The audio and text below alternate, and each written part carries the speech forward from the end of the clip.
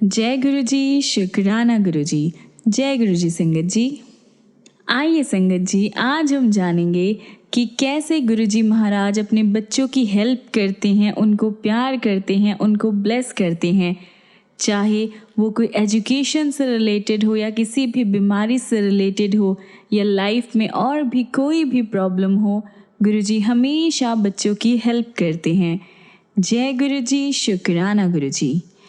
आगे बढ़ने से पहले आप अपने चैनल गुरुजी सत्संग वर्ल्ड को सब्सक्राइब कर लीजिए ताकि आपको ऐसे वीडियोस, ऐसे गुरुजी महाराज के सत्संग, उनकी प्यारी प्यारी ब्लेसिंग्स रोज़ रोज़ सुनने को मिले। और साथ ही संगत जी, इन सत्संग को, इन वीडियोस को अपने दोस्तों के साथ, अपने गुरु परिवार के साथ शेयर कीजिए ताकि वो भी जल्द से जल्द हमारे गुरुजी महाराज से जुड़ सके, उनकी ब्लेसिंग्स को पा सके, उनके चरणों में आ सके। और हाँ संगत जी, आप में से कोई भी संगत अपना सत्संग हमारे साथ शेयर करना चाहते हो, गुरुजी का शुक्राना अदा करना चाहते हो और अपने दोस्तों के साथ बांटना चाहते हो तो नीचे दिए गए ईमेल आईडी या फिर व्हाट्सएप नंबर पर आप हमें मैसेज कर सकते हैं। आपके सत्संग भी बहुत जल्द ही शेयर किए जाएंगे। जय गुरु जी, शुक्राना गुरु जी। आज का पहला सत्संग है सुगंधा गुप्ता का। मैं प्रभु के चरण कमलों में नतमस्तक होती हूँ कि वह अपनी कृपा मुझ पर करे और उनके प्रदान किए हुए कुछ दिव्य आशीर्वाद मैं सबके साथ बांट सकूं। बचपन से मैंने रविवार सुबह दिखाए जाने वाले महाभारत और श्री कृष्ण धारावाहिकों के माध्यम से भगवान को समझा था। जैसे श्री कृष्णा ने पांडवों का हर कदम पर मार्गदर्शन किया और अपने भक्तों के कल्याण के लिए लीलाएं सुनियोजित की, वह मुझे बहुत आकर्षक लगता। समय के साथ भगवान के दर्शन पाने की अभिलाषा बढ़ती गई और अनजाने ही एक दिन मुझे गुरुजी के दरबार का बुलावा आया। मैंने बाद में समझा कि मेरी प्रार्थना स्वीकार की गई थी। गुरुजी के दरबार जाना एक ऐसी यात्रा थी जिसने मुझे एक बिल्कुल ही अलग आकर्षक दुनिया में पहुंचा दिया था। संतोष से परिपूर्ण, क्षणभंगुर वस्तुओं से दूर ले जाते हुए और चिंताओं को कहीं लुप्त करते हुए पूरी तरह से हितकारी। मुझे गुरुजी को सुनने का या बात करने का शुभ अवसर नहीं प्राप्त हुआ था, लेकिन अनजाने में मैं उनका अनुसरण कर रही थी। जल्द ही मुझे ज्ञात हुआ कि मैं उनकी संगत हो गई थी। तब से जीवन गुरुजी के साथ संजो के रखने वाला एक आशीर्वाद बन गया है, जिसमें तन, मन और अंतरात्मा उनके संरक्षण में हर पल उत्साह में है। हमारे सबसे अच्छे मित्र या रक्षक की तरह गुरुजी हमारी छोटी से छोटी इच्छा का भी ध्यान रखते हैं। आवश्यकता केवल इतनी है कि हम इसे समझें और माने कि हमारे जीवन में एक दिव्य शक्ति है और उन्हें निष्ठापूर्वक समर्पण करें। 13 फरवरी 2006 को हमें बड़े मंदिर जाने का मौका मिला। उस दिन मेन हॉल में रखी हुई शिवजी की मूर्ति में हमने प्रत्यक्ष बदलाव देखे। दाहिनी आंख और निचला होंठ अगाड़ी में बढ़ गए थे और शिवजी बड़े मनमोहक ढंग से मुस्कुरा रहे थे। क्योंकि उस दिन मेरे पास मेरा मोबाइल था, मैंने कुछ तस्वीरें ले ली। वो तस्वीरें मेरे फ़ोन में ही रही और एक अद्भुत रात को मैंने वह दोबारा देखी। 1 महीने बाद 20 मार्च को सोमवार के दिन हम बड़े मंदिर सेवा और दर्शन के लिए गए। वह बहुत ही अच्छा दिन था और आशीर्वाद के रूप में हमें बहुत सारा प्रसाद और सत्संग मिले। रात को करीब 8 बजे हमें घर जाने के लिए कहा गया। मैं बाहर शिवजी की मूर्ति के पास खड़ी थी जब हमारा ध्यान उस मूर्ति के होठों के बीच एक महीन दांतों की लकीर पर गया जो वैसे नहीं नजर आती थी। हम भौचक्के रह गए। जब हम जानने लगे, किसी ने हमें बताया कि बाद में रात को गुरुजी आने वाले थे। हम बहुत खुश हुए, परंतु हमें जाना पड़ा। वैसे तो हम चले गए, हमारा मन बड़े मंदिर में ही था। रात का समय था, पर मैं अभी भी सोच रही थी कि वहाँ क्या हो रहा होगा। रात के 1 बज गए और मैं जागी हुई थी। बिना कुछ सोचे मैंने अपना मोबाइल निकाला और फरवरी में ली गई शिवजी की मूर्ति की तस्वीर खोली और उनके चेहरे पर अपना ध्यान केंद्रित किया। अचानक मुझे गुरुजी की आवाज़ सुनाई दी, चल देख क्या होता है। मैं शिवजी के केश देख रही थी जिनमें गंगा नदी का बसेरा है। 5 मिनट व्यतीत गए लेकिन कुछ नहीं हुआ। जैसे मैंने उनके चेहरे की ओर देखा, मैं ये देखकर आश्चर्यचकित रह गई कि आधा चेहरा लाल हो गया था और कंठ के पास तांबे के रंग का सा धब्बा बन गया था। मैं बहुत डर गई, मेरे दिल की धड़कन तेज हो गई और मैं अपने बिस्तर पर उठकर बैठ गई। गुरुजी ने मुझे आश्वासन दिया कि कुछ नहीं होगा और मैं तस्वीर देखती रहूं। उनकी आज्ञा अनुसार मैं उस अंधेरे कमरे में उसी मुद्रा में रही, यहाँ तक कि मैंने अपना चश्मा भी नहीं पहना। फिर मैंने देखा कि शिवजी की तस्वीर में रंग प्रदर्शित हो रहे थे। दाहिने और गाल गुलाबी हो गए थे और भौहें हरी और गुलाबी हो गई थी। शिवजी के कंठ के आसपास सर्प पर एक नीली रेखा आंखों सी प्रतीत हो रही थी। धीरे धीरे ऐसा लग रहा था मानो रंग सारी मूर्ति पर छिड़क दिए गए हो, जैसे कि होली मना रहे हो। मैंने उस टाइम गुरुजी की अपरिमित कंपन प्राप्त की। 3 बजे तक मुझे उनके दर्शन प्राप्त होते रहे और वैसे तो मैं अपना मोबाइल 2 घंटे लगातार देखती रही, फिर भी मुझे आंखों में कोई थकान महसूस नहीं हुई। बाद में जब मैंने मोबाइल में गुरुजी की तस्वीरें देखी तो पृष्ठभूमि में भी गुलाबी रंग का गुलाल देखकर मुझे बहुत हैरानी हुई। सुबह को मैंने जाकर अपने परिवार के सारे सदस्यों को वह तस्वीर दिखाई। उसी हफ्ते में अपना मोबाइल खास तौर पर एम्पायर स्टेट ले गई ताकि संगत भी दर्शन कर सके, परंतु जैसे गुरुजी की इच्छा हुई केवल 3 लोग ही दर्शन कर पाए और मेरे मोबाइल में कोई गड़बड़ हो गई और सब कुछ मिट गया।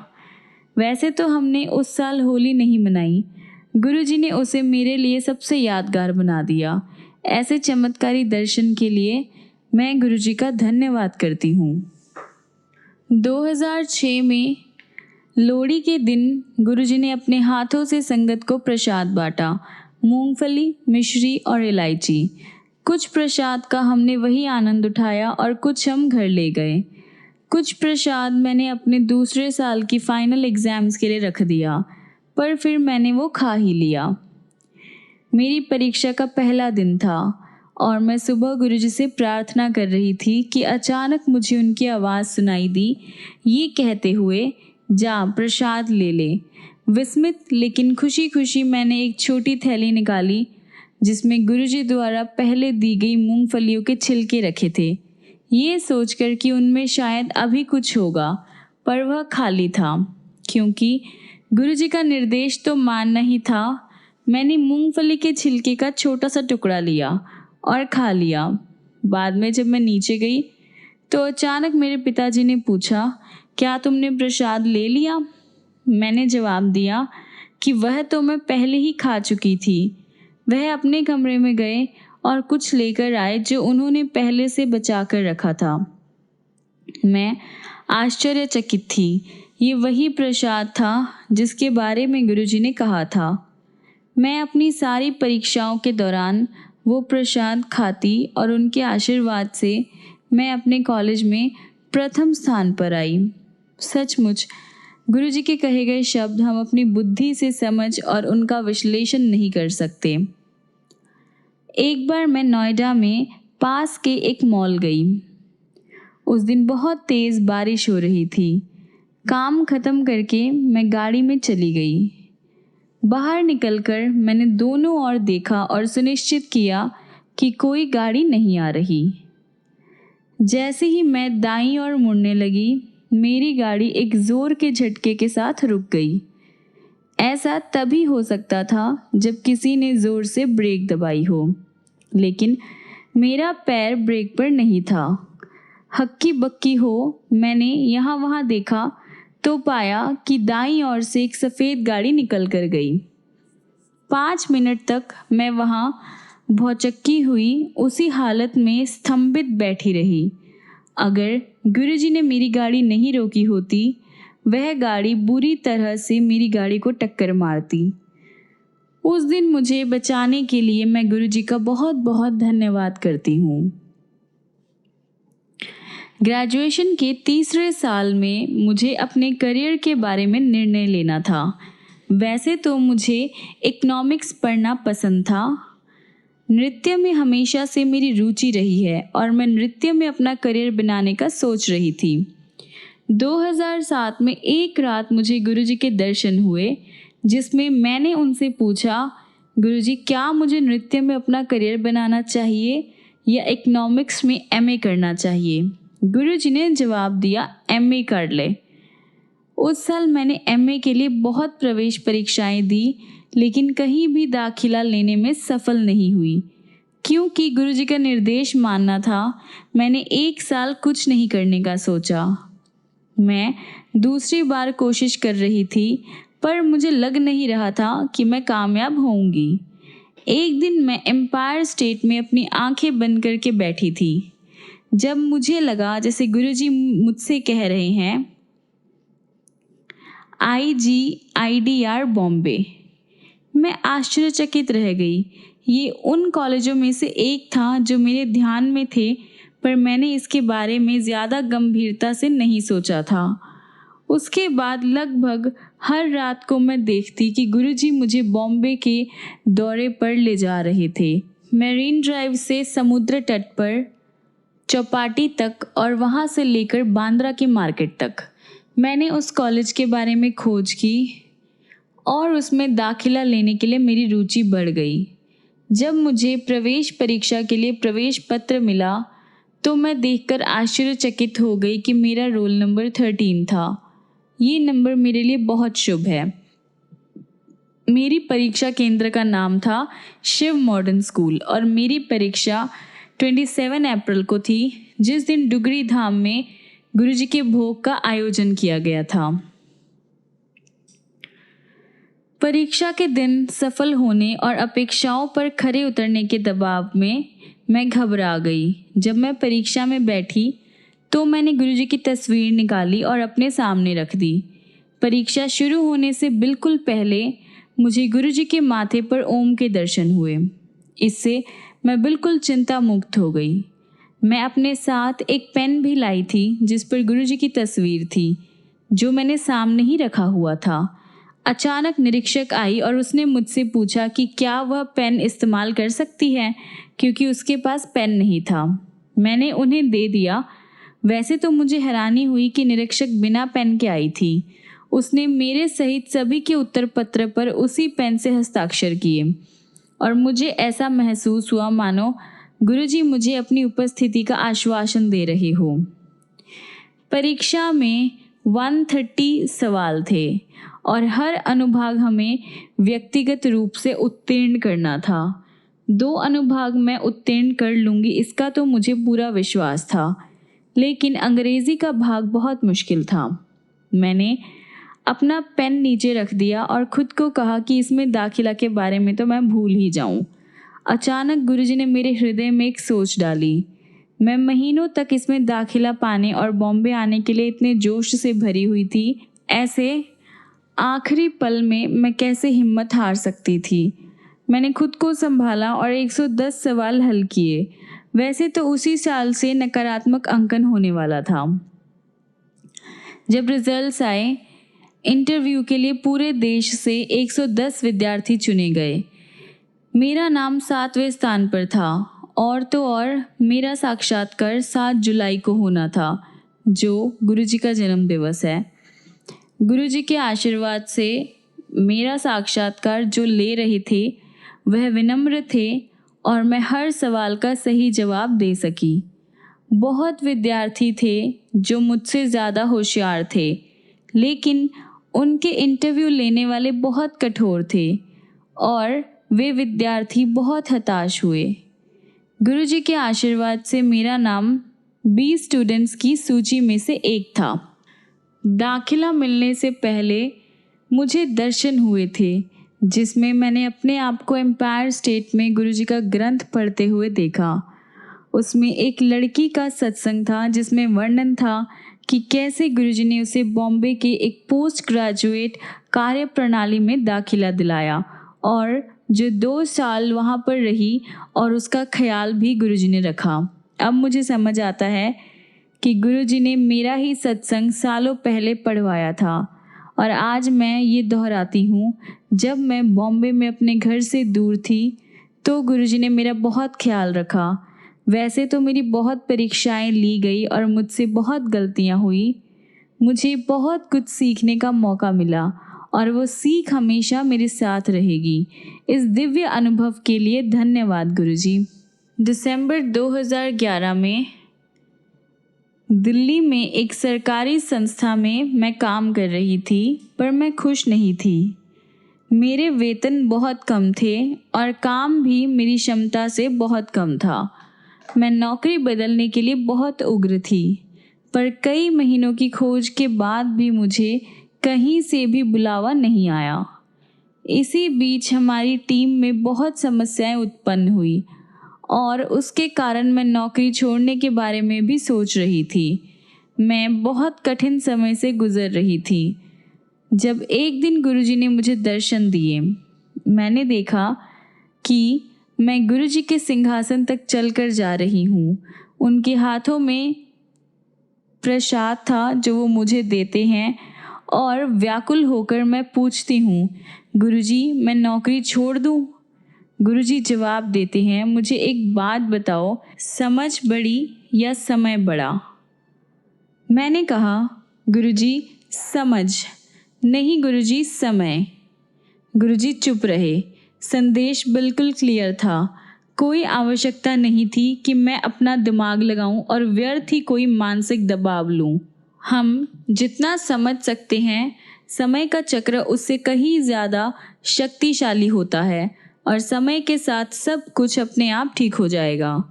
जल्द ही एक दूसरी सरकारी संस्था में नौकरी के लिए मैंने एक विज्ञापन देखा।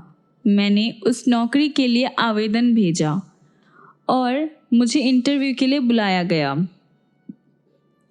उस नौकरी के लिए 15 लोग आए थे, लेकिन गुरुजी की कृपा से मुझे नौकरी मिली और वो भी अच्छे वेतन के साथ। वैसे तो इस नौकरी को पाने की कोशिश में मैंने बहुत उतार चढ़ाव देखे। गुरुजी का आश्रय और आशीर्वाद सदा मेरे साथ रहा है। यद्यपि मैंने बहुत मेहनत की, मैं विश्वस्त नहीं थी कि मेरा 1 साल का कॉन्ट्रैक्ट आगे बढ़ेगा कि नहीं, लेकिन क्योंकि गुरुजी मेरे साथ थे, मेरे खिलाफ कोई खड़ा नहीं हो सका और मेरा कॉन्ट्रैक्ट आगे बढ़ा दिया गया। एक बार गुरुजी ने मुझे दर्शन दिए जब उन्होंने कहा, खुश रहना है तो दान करो, न्याय चाहिए तो भगवान को याद करो। हकीकत में इस कलयुग में खुशी और न्याय पाना बहुत कठिन है और गुरुजी ने हमारा मार्गदर्शन किया है। हम सब कितने भाग्यवान हैं। इस कलयुग में हम स्वयं भगवान शिव के दिव्य संरक्षण में हैं, जो हमें सांसारिक भौतिकवाद और झूठे भ्रमों के दलदल से बाहर निकालते हैं। हम भाग्यवान हैं कि हमें इतने लाड़ प्यार से भरा जीवन मिला है। हमें भगवान शिव के चरण कमलों में बैठने का मौका मिला है, दिव्य और पवित्र लंगर खाने को मिला है, मंदिर में सेवा करके अपने पाप धोने का मौका मिला है और हर पल हमें गुरुजी का संरक्षण और मार्गदर्शन मिला है और वह बिना कुछ कहे हमारे आने वाले कष्टों को दूर कर देते हैं। इस कलयुग में कहाँ इतना निर्मल प्रेम और आनंद कोई प्रदान कर सकता है। मेरा ये मानना है कि अब हम साधारण मानव नहीं हैं, हम गुरुजी की संगत है। जैसे भगवान शिव ने शिव पुराण में बड़े सुंदर ढंग से आख्यान किया है, जैसे सूरज प्रकृति में सब पौधों को समान रूप से बढ़ने के लिए अपनी किरणों के द्वारा प्रोत्साहित करता है, परंतु कुछ फूल खिलते हैं और कुछ नहीं। ये केवल उनके भिन्न भिन्न स्वभाव की वजह से है। उसी तरह गुरुजी ने मानव रूप में अवतार लिया, हमें सांसारिक अर्जनशीलता से ऊपर उठाने के लिए और हमारी अंतरात्मा को शुद्ध करने के लिए। हम ये कितना कर पाते हैं वह पूरी तरह से हम पर निर्भर करता है। हमें गुरुजी की दिव्य चरण पादुका से प्रेरणा लेनी चाहिए, क्योंकि इतनी सरलता से किसी ने गुरुजी का कहा नहीं माना जितना उनकी पादुका ने। वह गुरुजी के दिव्य चरण सुशोभित करती और जहाँ गुरुजी चाहते वहाँ उनके साथ जाती, बिना कोई सवाल किए। क्या हम गुरुजी के दिव्य प्रेम का प्रतिफल संपूर्ण समर्पण करके नहीं दे सकते? सबसे महत्वपूर्ण सीख जो मुझे मिली है, सब कुछ झूठ है, गुरुजी ही परम सत्य है। जय गुरुजी। अगला सत्संग हम सुनेंगे राकेश गुप्ता का। जब कोई नहीं आता, मेरे गुरुजी आते हैं। स्टॉक मार्केट में मुझे कई बार आर्थिक नुकसान उठाने पड़े थे, पर मैं ये नहीं समझ पाया कि ये व्यापार मेरे लिए ठीक नहीं है। गुरुजी की शरण में आने के बाद जनवरी 2006 में मैंने शेयर का व्यापार बंद कर दिया और तब मुझे एहसास हुआ कि अब मैं मानसिक और आर्थिक रूप से ज़्यादा शांत था। दुर्भाग्यवश अपने पहले हुए नुकसान का हर्जाना पूरा करने के लिए मैंने शेयर मार्केट में रुपए लगाने का निर्णय लिया। कुछ महीने मुझे अच्छा मुनाफा हुआ। उस आधार पर मैंने अक्टूबर 2007 में इस्तीफा देने का निश्चय किया, पर गुरुजी ने मुझे ऐसा मार्च 2008 तक नहीं करने दिया। जनवरी 2008 में मुझे संगत में किसी से गुरुजी का संदेश आया कि मुझे शेयर का व्यापार बंद कर देना चाहिए, पर मैंने उस पर ध्यान नहीं दिया। उसी महीने थोड़े दिनों बाद मुझे फिर वही संदेश मिला, पर मैंने फिर से उसे नज़रअंदाज कर दिया। अगले ही दिन स्टॉक मार्केट एकाएक गिर गया। जब 21 जनवरी को मैंने अपने नुकसान का हिसाब लगाया तो वह 1 करोड़ रुपए से ज़्यादा का था। तब मुझे समझ आया कि गुरुजी क्यों मुझे इस्तीफा देने से रोक रहे थे, पर मेरी समझ में ये नहीं आ रहा था कि अब मैं क्या करूं। मैंने बस गुरुजी को याद किया और उनसे माफ़ी मांगी। मेरे पास और कोई भी ऑप्शन नहीं था, क्योंकि वह भोलेनाथ है, सबसे भोले भोले भगवान। उन्होंने मेरी सुनी। आधे घंटे के अंदर 2 घोषणाएं हुई। The United states federal reserve ने इंटरेस्ट रेट इतनी ज़्यादा मात्रा में घटाया जितना 20 सालों में कभी नहीं घटाया था, और भारत सरकार ने घोषणा की कि हिसाब चुकता करना, जिसमें व्यापारी शेयर बेचते और खरीदते हैं और फिर सौदा पूरा करने के लिए विपरीत लेन देन करते हैं, अनिवार्य नहीं था। इससे मार्केट ऊपर चढ़ा, इतना कि 2 दिनों में निफ्टी 3800 पॉइंट्स से 5200 पॉइंट्स पर पहुंच गया और मेरा नुकसान थोड़ा बर्दाश्त के लेवल पर आ गया। मैंने सर्वशक्तिमान गुरुजी का शुक्राना अदा किया। गुरुजी ने ना सिर्फ मेरी नौकरी बचाई, साथ ही अपूरणीय नुकसान से भी मुझे बचाया, जो मैं खुद ही अपने ऊपर लाया था, गुरुजी के आदेश की अवज्ञा करके। इसमें हम सबके लिए सीख है कि गुरुजी का आदेश बिना किंतु परंतु के तत्काल ही मान लेना चाहिए। जनवरी 2008 में रात को करीब 2:30 बजे मैं अपनी पत्नी के साथ स्कूटर पर इफ्को चौक गुड़गांव से अपने घर जा रहा था। जब मैंने स्कूटर चलाने की कोशिश की तो वो नहीं चला। मैंने पेट्रोल की टंकी देखी तो पाया कि वो खाली था। करीब 3 बजे हम एक पेट्रोल पंप पहुंचे, जहां मैंने लोगों से अनुरोध किया कि ज़्यादा पैसे लेकर वो मुझे पेट्रोल दे दे। उन्होंने ये कहकर पेट्रोल पंप सुबह 6 बजे ही खुलेगा, मुझे मना कर दिया। उन दिनों ठंड बहुत ज़्यादा थी, इसलिए पैदल घर जाना संभव नहीं था। तभी मुझे सत्संग याद आए जिनमें संगत की गाड़ियां बिना पेट्रोल के ही चली थी। मैंने गुरुजी का नाम लिया और एक बार फिर स्कूटर शुरू करने की कोशिश की। इस बार स्कूटर चल पड़ा। जब मैं घर पहुंचा तो मैंने देखा कि पेट्रोल की टंकी पूरी भरी हुई थी। गुरुजी के लिए कुछ भी नामुमकिन नहीं है, क्योंकि वह भगवान शिव है। मेरा साला और उनका परिवार 2006 में गुरु पूर्णिमा के दिन सहारनपुर से बड़े मंदिर आए। गुरुजी का दर्शन पाकर हम सब बहुत खुश थे। 3 साल बाद 2009 में गुरु पूर्णिमा के दिन वह फिर बड़े मंदिर आए। उस दिन समारोह के दौरान मेरे साले की वाइफ को उनकी गद्दी पर गुरुजी के दिव्य दर्शन हुए। कुछ समय बाद अगस्त में हमें सहारनपुर जाने का मौका मिला। मेरे साले का परिवार बहुत इच्छुक था कि वे गुरुजी का सत्संग अपने घर में रखे, जैसे गुड़गांव में संगत के घर में सत्संग होता है। गुरुजी की कृपा से उनके घर में शाम 4 से 8 बजे तक सत्संग हुआ और उसके बाद लंगर। निस्संदेह गुरुजी अपने आशीर्वाद के साथ वहां मौजूद थे। बाजार से सजावट के लिए गुलाब खरीद कर लाने से पहले ही सुबह 11 बजे हमें सहारनपुर में गुरुजी की सुगंध आई। सत्संग के दौरान संगत को भी गुरुजी की मौजूदगी महसूस हुई। एक और बात ध्यान देने वाली है, सहारनपुर में नियमित रूप से शाम 4 बजे से 12 बजे तक बिजली जाती है, पर उस दिन उस एरिया में 1 मिनट के लिए भी बिजली नहीं गई। अगले दिन गुरुजी ने मेरी साली को सपने में दर्शन दिए और सबको आशीर्वाद दिया। सितंबर 2009 में खराब खाने की वजह से मेरी बेटी बहुत बीमार थी। उसे बुखार, उल्टियाँ और दस्त थे।